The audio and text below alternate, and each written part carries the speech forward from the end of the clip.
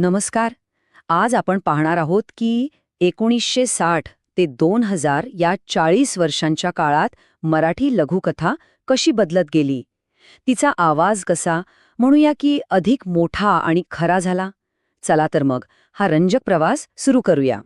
चला, एका सोप्या पण खूप महत्वाच्या प्रश्नापासून सुरुवात करूया. म्हणजे एखादा साहित्य प्रकार, जशी की कथा, संपूर्ण समाजाचं प्रतिबिंब कसं काय दाखवू शकते? खरंच साहित्य आपल्या आजूबाजूच्या जगाचा आरसा असू शकतं का? ओके, तर हा सगळा बदल आपण 5 महत्वाच्या टप्प्यांमधून समजून घेणार आहोत. सुरुवात होईल एका नव्या कथेच्या उदयाने. मग आपण बघू साहित्यातली सामाजिक क्रांती, त्यानंतर स्त्री कथांचा बुलंद आवाज, कथाकथनातले नवे प्रयोग आणि शेवटी या बदललेल्या कथेचा वारसा काय आहे हे पाहू. ठीक आहे. तर मग सुरुवात करूया आपल्या पहिल्या भागापासून. हा जो मोठा बदल झाला ना, तो समजून घेण्यासाठी आपल्याला आधी थोडं मागे जावं लागेल. म्हणजे त्या काळातल्या नवकथेबद्दल जाणून घ्यावं लागेल. तर ही नवकथा तिच्या काळात खरंच एक मोठी क्रांती होती असं म्हणायला हवं. का? कारण तिने आपलं लक्ष बाहेरील घटनांवरून थेट माणसाच्या आतल्या मानसिक जगाकडे वळवलं. म्हणजे बघा, एखाद्या व्यक्तीच्या आयुष्यात काय घडतंय यापेक्षा जास्त महत्वाचं होतं तिच्या मनात नेमकं काय चाललंय हे सांगणं. आणि यातूनच आपल्याला कळतं की नवकथेने मानवी मनाचा किती खोलवर जाऊन विचार केला होता. यात सिग्मंड फ्रॉइडच्या विचारांचा प्रभाव अगदी स्पष्ट दिसतो. आणि गंमत म्हणजे याचमुळे मराठी साहित्यात पहिल्यांदाच मनोविश्लेषण इतक्या गांभीर्याने घेतलं गेलं. बरं, हे झालं नवकथेचं. पण आता पाहूया 1960 नंतर काय झालं, कारण इथे खूप मोठा बदल घडला.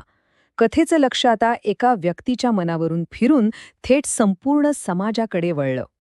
हाच तो सगळ्यात महत्वाचा मूलभूत बदल होता. झालं असं की शिक्षणाचा प्रसार झाला. जे समाज आत्तापर्यंत दुर्लक्षित होते त्यांच्यात एक नवीन आत्मविश्वास जागा झाला. आणि याचा परिणाम काय झाला तर कथा आता फक्त मानसिक विश्लेषण न राहता समाजाच्या खऱ्या जिवंत वास्तवाचा आरसा बनली. आणि ह्याच सामाजिक बदलातून 2 प्रचंड मोठे आणि शक्तिशाली साहित्यिक प्रवाह जन्माला आले. ह्या प्रवाहांनी अशा लोकांचे आवाज आपल्यापर्यंत पोहोचवले जे आजवर अक्षरशः शांत होते. दलित साहित्याची ताकद आपल्याला बाबूराव बागुल यांच्या लेखनातून प्रकर्षाने जाणवते. त्यांच्या कथांनी फक्त 3 शब्दात वेदना, विद्रोह आणि नकार दलित समाजाचं ते कठोर वास्तव आणि त्यांची ती बंडखोर वृत्ती संपूर्ण जगासमोर मांडली.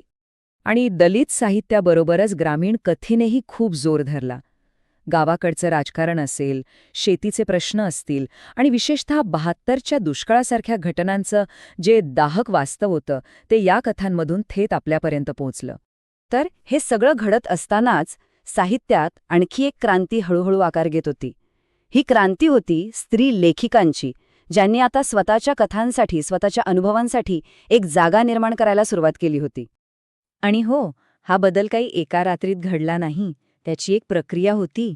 सुरुवातीच्या काळात स्त्रियांच्या लेखनातून परंपरेला अगदी हळुवारपणे प्रश्न विचारले गेले. पण जसजसा काळ पुढे गेला तसतसं हे लेखन अधिक धाडसी झालं आणि मग स्त्री स्वातंत्र्याची आणि स्वतःच्या ओळखीची एक स्पष्ट मागणी केली गेली. आणि ह्यातलं सगळ्यात महत्वाचं काय होतं माहितीये? तर अगदी पहिल्यांदाच स्त्रियांचे खाजगी वैयक्तिक अनुभव, त्यांच्या भावना, त्यांचं जगणं इतक्या प्रामाणिकपणे आणि इतक्या सखोलपणे मांडलं जात होतं. आणि यामुळे मराठी साहित्याचं संपूर्ण विश्वच जणू काही बदलून गेलं. बरं, आता समाज बदलत होता, नवे विषय येत होते. मग साहजिकच कथा सांगण्याच्या पद्धती कशा बदलणार नाहीत? लेखकांनी कथेचे जे काही पारंपरिक नियम होते ते मोडायला सुरुवात केली. आणि याच प्रयोगांमधनं 2 अगदी नवे प्रकार जन्माला आले. यातला पहिला प्रकार होता प्रयोगशील कथा. नावाप्रमाणेच यात खूप प्रयोग होते. या कथांनी वास्तवाचे नेहमीचे नियम सरळ सरळ तोडून टाकले. शहरातलं ते एकटेपण, ते तुटलेपण, ते निरर्थक आयुष्य, हे सगळं मांडण्यासाठी त्यांनी कल्पनाशक्तीचा म्हणजे फॅन्टसीचा आणि उपहासाचा वापर केला. आणि दुसरा नवा प्रकार होता विज्ञानकथा. जयंत नारळीकरांसारख्या मोठ्या लेखकांनी विज्ञानाच्या आधारावर भविष्याचा वेध घ्यायला सुरुवात केली. म्हणजे येणारं तंत्रज्ञान आपल्या आयुष्यावर नेमका काय परिणाम करू शकतो याचा शोध या कथांनी घेतला. तर आपण दलित कथा बघितली, ग्रामीण कथा बघितली, स्त्रीवादी लेखन आणि नवे प्रयोगही पाहिले. मग या सगळ्या 40 वर्षांच्या बदलातून मराठी कथेला नेमकं काय मिळालं? तिचा वारसा काय राहिला? याचं उत्तर सोप्पं आहे. जिथे एकेकाळी फक्त एकाच प्रवाहाचा आवाज ऐकू येत होता, तिथे आता अनेक आवाज एकत्र आले होते. जणू काही एक नवा समूहगान तयार झाला होता. दलित, ग्रामीण, स्त्रीवादी असे कितीतरी वेगवेगळे आवाज एकत्र आले आणि त्यातून एक खरंखुरं समृद्ध साहित्य तयार झालं. आणि मला वाटतं हाच खरा वारसा आहे. मराठी लघुकथा आता फक्त कुठल्या तरी एका व्यक्तीच्या मनाची गोष्ट राहिली नव्हती. ती आता संपूर्ण समाजाचा, त्याच्या संघर्षाचा आणि त्याच्या बदलांचा एक प्रामाणिक आरसा बनली होती.